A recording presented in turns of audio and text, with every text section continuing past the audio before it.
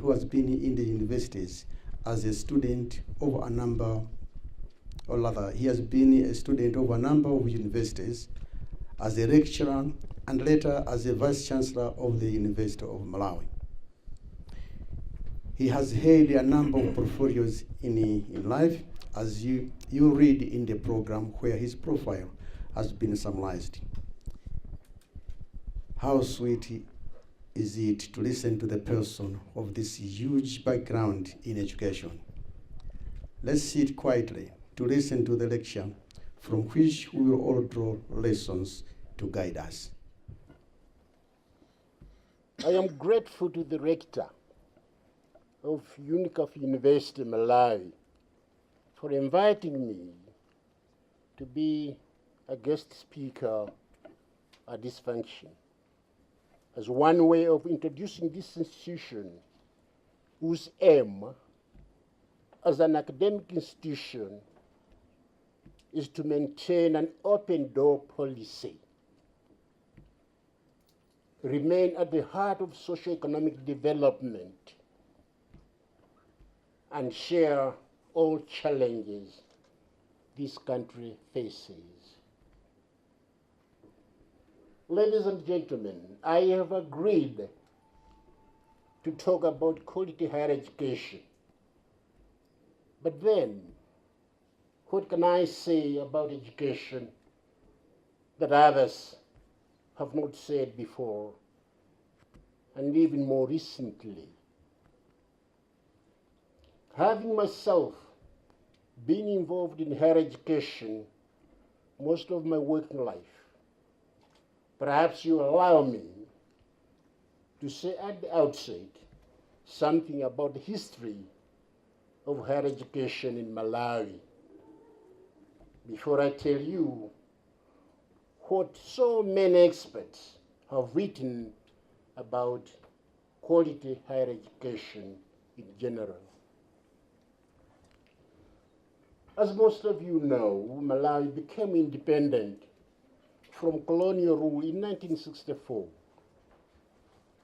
And in 1965, the then leaders decided to establish a higher education institution to be called University of Malawi. The main challenges the leaders claimed to fight against were poverty, disease, ignorance, and hunger whenever there were disasters such as drought and floods. Education was thus considered as the key to these challenges. And higher education was not to be just a matter of designing programs and building research, but also about understanding the dictates of development of our societies.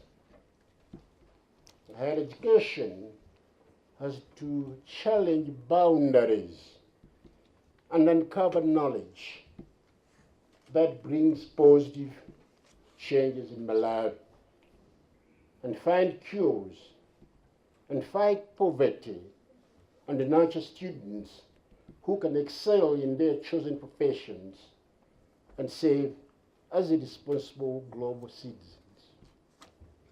In 1964, there were very, very few graduates in the country, including the leader himself, Dr. Hastings Kamuzu Banda. And I was privileged as a young boy to join the University of Malawi that had been established in 1965. But I joined it in 1966, first as a research associate in biology after my first degree. But later on, after 2 years, I had to go back overseas, of course, to University College London, where I had my PhD in 1971. And possibly some of you were not born then. But today Malawi has 4 public universities and more than a dozen private universities, including Unicaf University. 53 years after getting independence, and one needs to question the impact these institutions have on the 17 million Malawians. In 2011, the Malawi government established an organization called National Council for Higher Education, whose Act number 15 gives it the mandate to regulate, promote, and coordinate education by the higher education institutions in the country. And one of the core functions of the Council is to register these institutions and their programs to ensure higher quality of education. And furthermore, National Council for Higher Education is implementing what is called Malawi's 5th development project from 2015 to 2019, which is supported rather, with a loan of US, I think it's about $5,000 million from the International Development Association, IDA, of the World Bank. The project is claimed to improve the role of tertiary and skills development institutions, to produce higher quality professionals with relevant knowledge and skills that meet the demands of the economy in line with the Malawi Growth and Development Strategy. Now, implementing agencies include technical, vocational, and entrepreneurship training, TVETA, Mzuzu University, Chancellor College, the Polytechnic, and Luana. And it is expected that these institutions will raise their quality. Some of you are probably familiar with the Asian quarterly newsletter called QS, and QS means Kwakwareli Simons.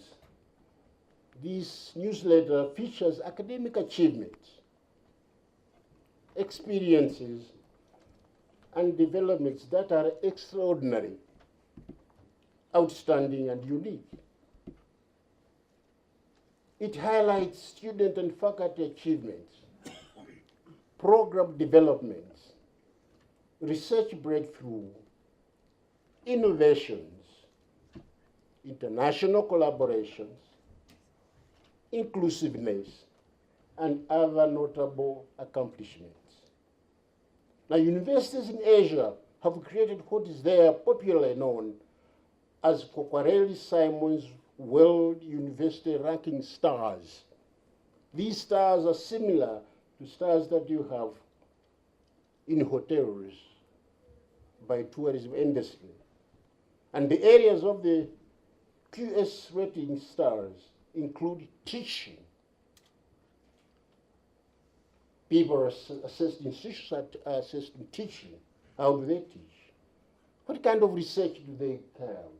And what is the effect of this research? And who benefits from this research work?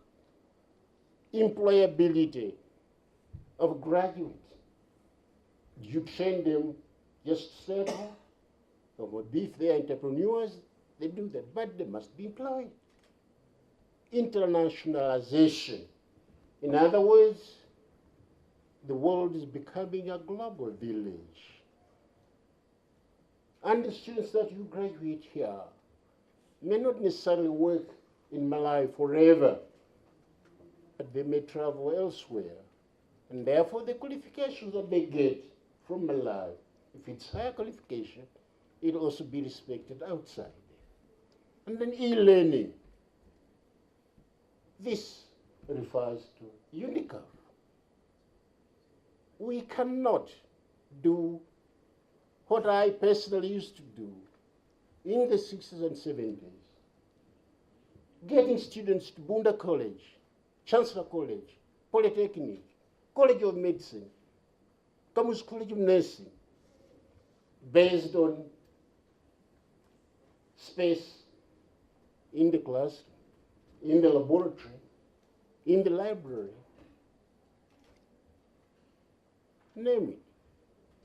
But I know, just as much as you do, that as the world is expanding and technology is increasing, we now have here Unicaf University, and I must commend the rector, his vice, and the students of Unicaf for ensuring, making sure that space, laboratory space, classroom space, should not be a limiting factor.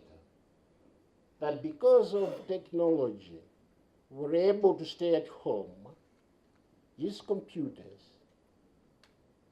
internet, and learn just as much as you would learn if you went to London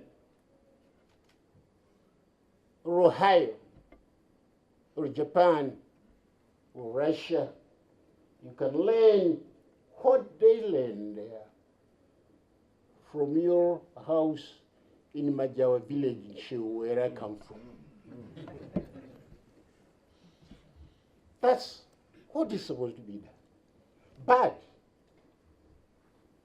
and this is a very big but, the quality of education, whether it is by Unicaf or another, must be relevant to the needs of the people that we serve. Such ranking is meant to transform higher education for a suitable, sustainable future and provide transparency for governments in the allocation of funding to enable their leading universities rise to world-class level so as to focus on students' active learning, learning by doing, no longer going to be sitting in a classroom simply being fed information by a professor, expected to learn by rote and regurgitate the knowledge in examinations. The world, as someone has said, is in a mode of constant change. It calls for a new breed of future-ready leaders and thinkers who are able to understand the complexities and solve the problems these changes bring. The curricula are to be constantly refreshed with innovation and pragmatic initiatives across all levels of undergraduate, postgraduate, and doctoral programs. Let me now, ladies and gentlemen, give you an example of one assessed institution in Asia. A private university in Malaysia was assessed for its research and innovation achievements in 8 different areas, quantity and quality of researchers.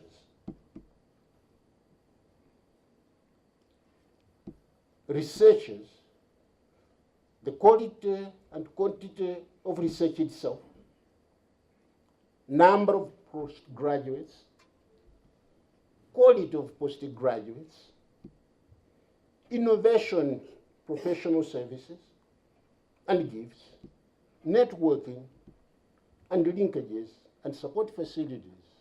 Yes, support facilities. If you are carrying out research in order to solve a particular problem, if you do not have the appropriate necessary equipment to run after that, you will not succeed. You can build beautiful hospitals in this country, but if you do not have the necessary equipment which will enable you to solve your problems from a village, then all that is wasted. So this particular institution was ranked. And I understand that when this university in Malaysia was ranked, in less than 20 years of its establishment, it has attained prestigious national and international recognitions. And as I understand that Unicaf itself has now received a certificate from the United Nations, and I was privileged, small as I am, to be at the United Nations in America, where that certificate comes from. I did not take part in awarding that certificate, but I congratulate Unicaf for receiving a certificate from the United Nations, because it is becoming now clear in the world that it doesn't matter where one is learning, whether it is in Malawi or Zambia or Malaysia, as long as the quality of higher education is harmonized, standard, then everything will be okay. But what is it that we are saying will be okay? To solve the problems of the communities in the villages. Now, when you talk of higher education inclusiveness in the performance, in its performance, I am reminded of the work of the Career Services Office in the American University in Dubai, which helps to ensure that students successfully bridge the transition from university life to work life through equipping them with career guidance, interview tactics, job search skills, marketplace readiness preparation, and a network of employment opportunities in leading companies. Here at home, we have heard from the media and the Times business about William Kankwamba of Kasungu, who invented a windmill to generate electricity in his village, which has no access to the national electricity grid. Commenting on this invention, someone has said that, and here I quote, "The best science and technology is the one that responds to local challenges, such as youth unemployment, healthcare, agriculture, and energy.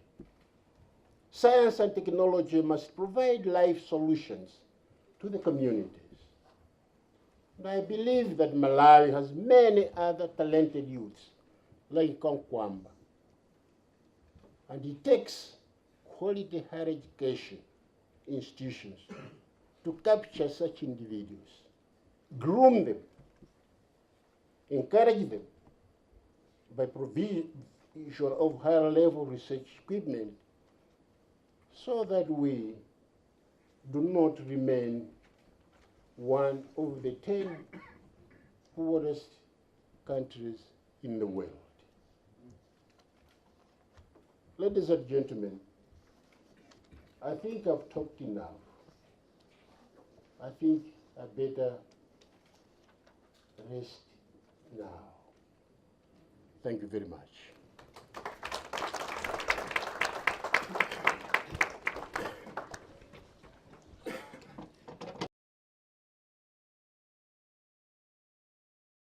Now the question is quality education possible with foreign language? Why not? After all, when you talk about education, education really means that we are different as human beings from animals, those of you who have done biology. The animals do certain things through instinct. Although some of you may have heard, maybe from the radio, that lions in Kenya, one particular lion, a lioness, is looking after I don't know if it's a leopard's what do you call it, kid or whatever you call it. But I think because these animals are so close. But education is because by human beings we learn to do certain things. Most of the things that you know now, in 20 years' time, some of them will be invalid. When we became independent in 1964, I think there were only about 3 or 4 graduates in the country. And when I became a lecturer myself, or a senior lecturer, I was the only scholar, or there were only 2 or 3 of us with Professor Manza. But it was English language. Now, quality education in English could be found in Chichewa, if we decide now to make Chichewa as official language. In Tanzania, they do use Swahili in certain areas.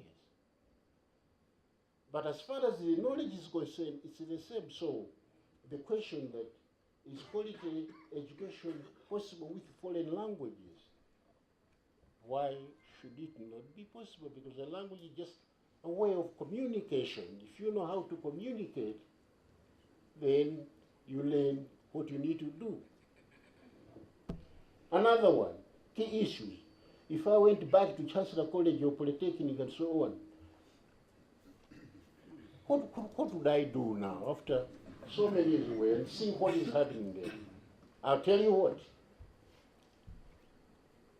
Before we established, or the country established the University of Malawi, many of the universities in Africa were affiliated to higher institutions outside Africa. Makerere in Uganda, affiliated to London. Ibadan in Nigeria, affiliated to London. University College in Sierra Leone, where I went, was affiliated to Durham University. And even University of Rhodesia in Iceland, affiliated to London. Why? Because at that time, we did not have in Africa sufficient experience to enable us to train students up to degree level. But as we developed, things changed. But for Malawi, the first leader, Dr. Heskins Kamusubanda, decided not to be affiliated, his university to be affiliated to any university outside. We started as University of Malawi. And he also decided, as a special case, to say diplomas shall be included in the universities, because elsewhere they were only training at university level degree students, graduates. But in Malawi, we started by bringing in diplomas. Bunda College started with diplomas and so on. Kamus College of Nursing, Polytechnic, and even Chancellor College at one time in education had diplomas. And we've been queried at that time by universities outside the country to say, how come that you are allowing people with degrees and so on training diplomates, only graduates? But as some of you will remember, the first leader was such a person who thought that if you didn't know Latin, then you were not educated. And he did at one time challenge me that I was not educated, but eventually said, no, I think although you didn't do Latin, if he had studied Latin at school, I think he would have done very well. So but the point is that if I went back now, I would challenge my colleagues to do what was being done in those days.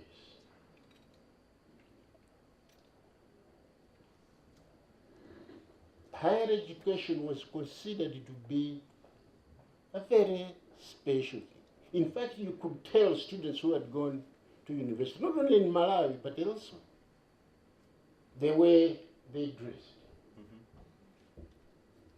the way they went to their hostels for meals, because I used to organize, some of you will remember if you were students, have food and even drinks with students at my house, staff and students together,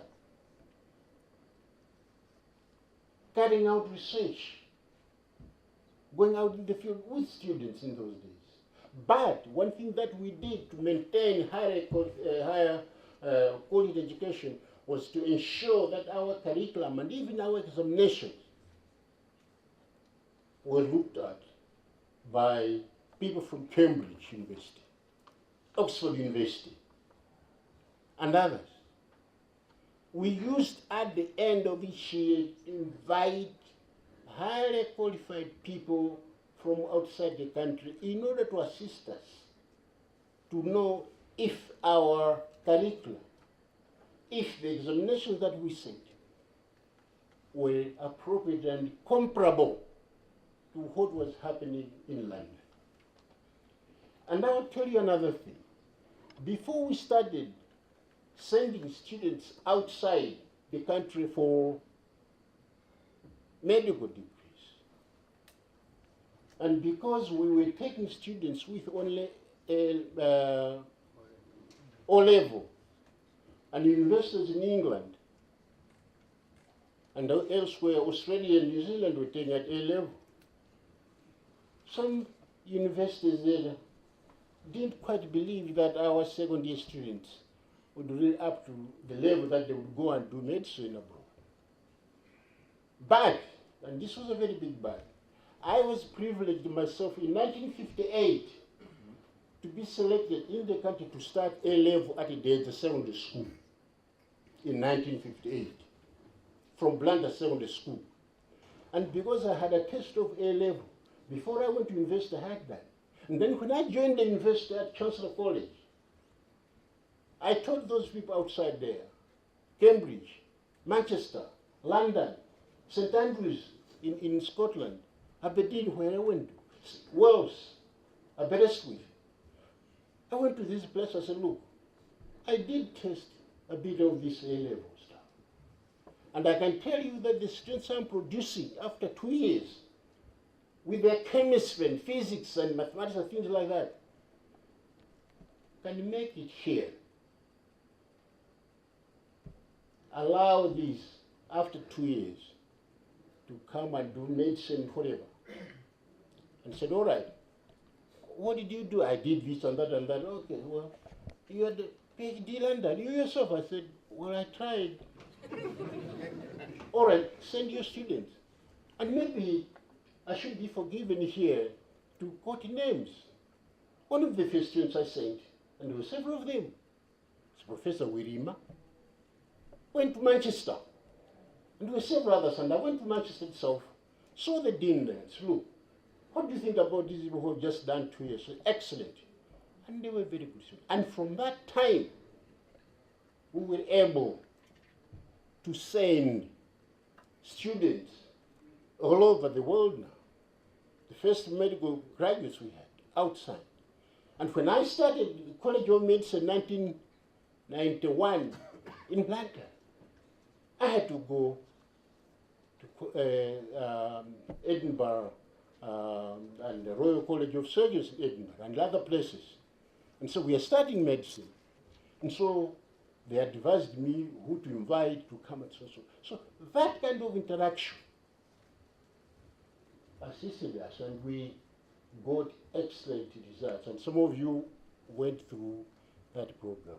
But now, I don't know what is happening, because what I read about this young man, Joe, is talking about University of Malawi. He said, now things are not the way they used to be. I don't know whether I can support him and so on. I ask you the question now, but I think he's now thinking of the people like the Chikaondas, the Wirimas, the Sagas, and all these I told them at one time. Whether there is any difference at all. But if I went back there, I would sit down and say, look, as a scientist, I'm now old-fashioned, because what I used to do, as some of you may know, I did write a book on chromosomes, genetics and so on.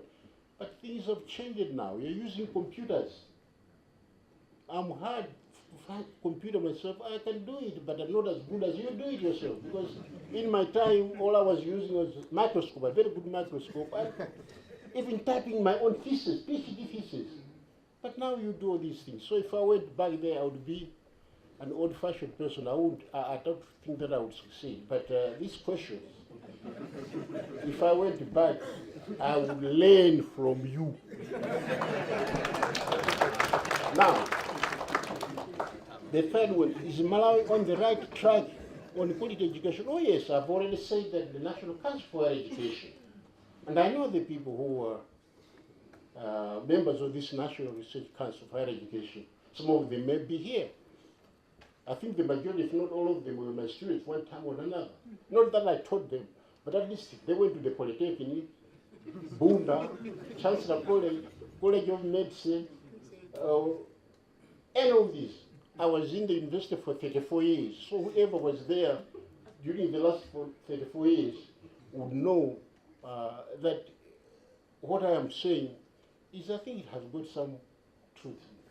So we are doing something. We just got about $500 million US to assist some of our universities, public universities that is, in order to improve the quality. But international actually means that we must always cooperate with outside organizations. What Unicaf is doing, I understand, is now all over the world. In Cyprus this time, but now you find that in Asia, and then in the United States of America. If you do things together, then that's what you do. But I think in Malawi, I think we have more than now 12 private universities. And some of you may be aware of the fact that I happen, again, by chance, to be chancellor of a private university they call Skyway University. I'm just an honorary sort of person there just to see what they are doing. So if they have been making any mistakes, you accuse the council there, the vice chancellor, and all those people, not me. But that is one way of trying to ensure that these private universities are doing work that is comparable to public universities. And not only public universities in Malawi, but public universities even outside Malawi. Now, third, is Malawi on the right? Yeah, that's right. Private sector. You mentioned about this, I didn't quite get it. Private sector, what has changed? What can be done to improve? Can this one, whoever asked that, ask that one again. I didn't quite get it. Private, someone asked about the private.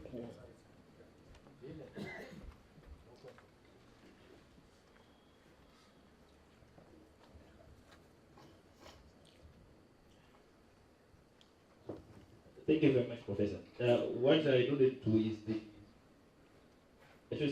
difficulties that the private sectors get when it comes to searching effective, qualified, and competent employees. Most of these are degree holders from public and private universities.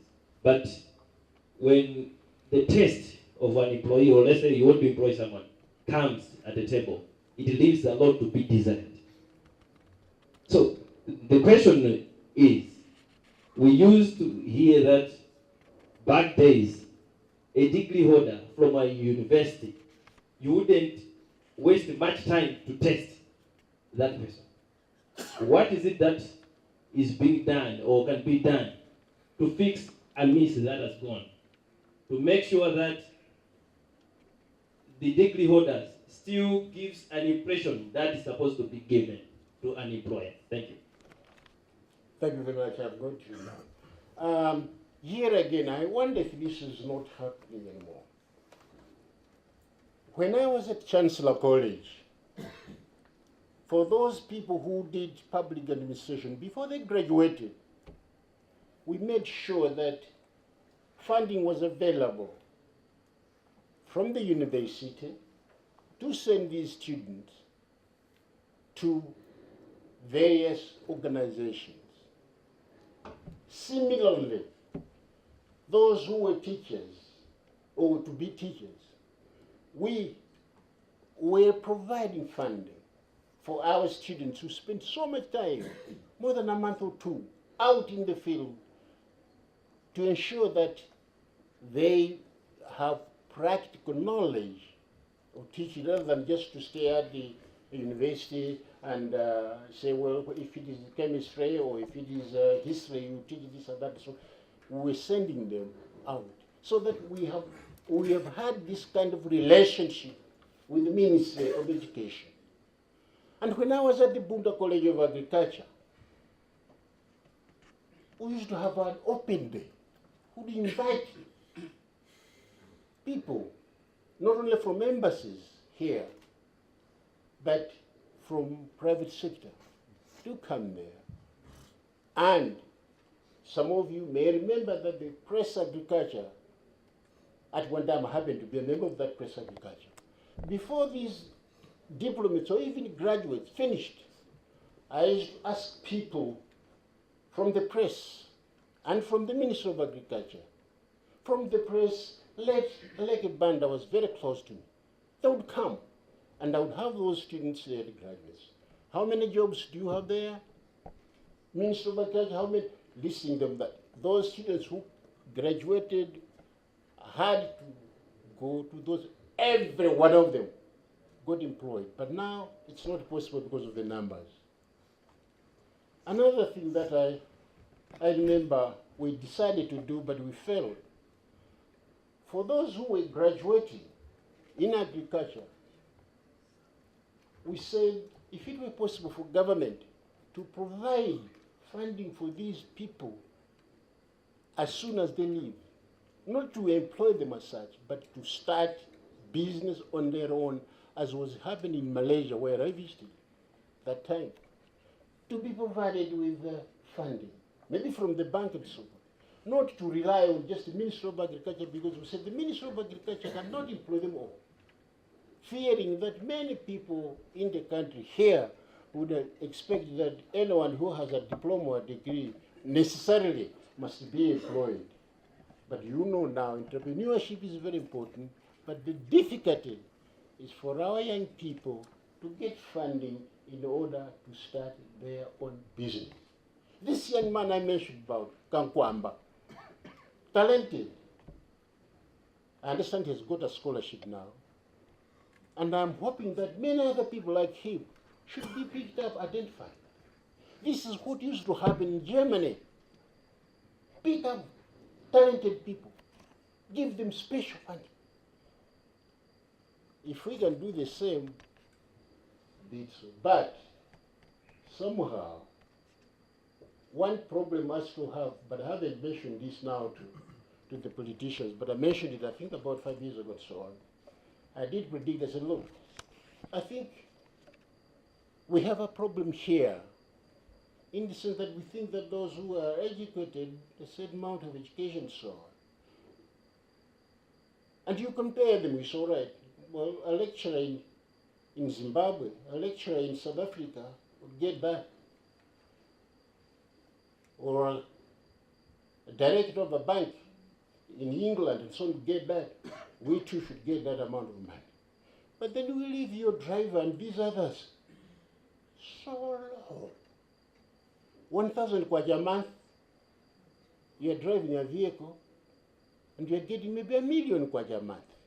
This gap, if it continues, it reminds me of late Nyerere said, President of Tanzania, when I was at UNESCO. We had a meeting there, and he talked about problems in Africa. And he said, look at Margaret Thatcher, referring to the former Prime Minister of the United Kingdom. If she came to Africa, she wouldn't manage, because she's dealing with people who know exactly what is supposed to be done. Our problems are so huge. If you cannot remove these people who are so lowly paid to be closer to those who are educated and bankers or professors and so on, there will be a time when unemployment will be so high in Africa that these people will literally cross over Mediterranean to come to Europe and find food. Is that not happening now? The gap.